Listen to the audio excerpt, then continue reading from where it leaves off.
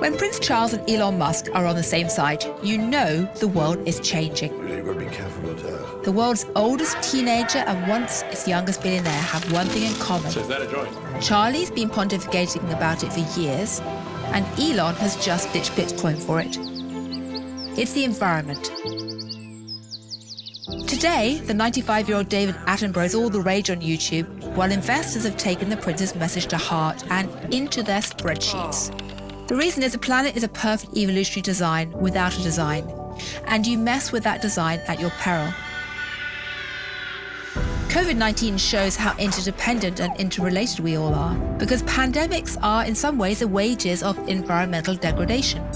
It's easier for viruses to jump from animals to humans if we've messed with the Earth's natural design.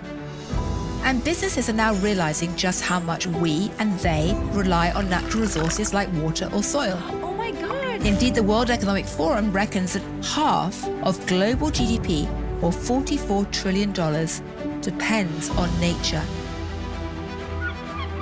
Now, companies used to assume that these assets would always exist and be free. Not anymore. Mass merger of species is ongoing. We've lost 60% of our birds, mammals, and fish over the last 4 decades. And 30 to 50% of all species may be lost by the middle of the 21st century without action. That's scary. So what can businesses do? 2 things. First, executives can become eco-warriors, getting involved in political lobbying over biodiversity issues and/or taking direct action themselves. Second, what you can measure, you can manage. Calculating the value of nature, realizing what we need to protect is important. Now that's hard.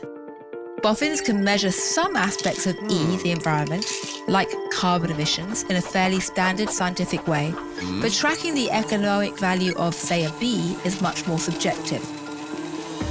But ESG number crunchers are now trying. If the world lost all its pollinators, say, like those bees, we'd lose $217 billion from annual global agricultural output, a big price. Collectively, we need to spend around $1 trillion a year to stop biodiversity loss, they reckon.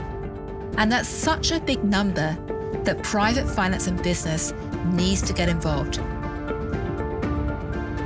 So when people talk about the E of ESG, it's now more than just about emissions, but about our planet and every living creature in the widest possible sense.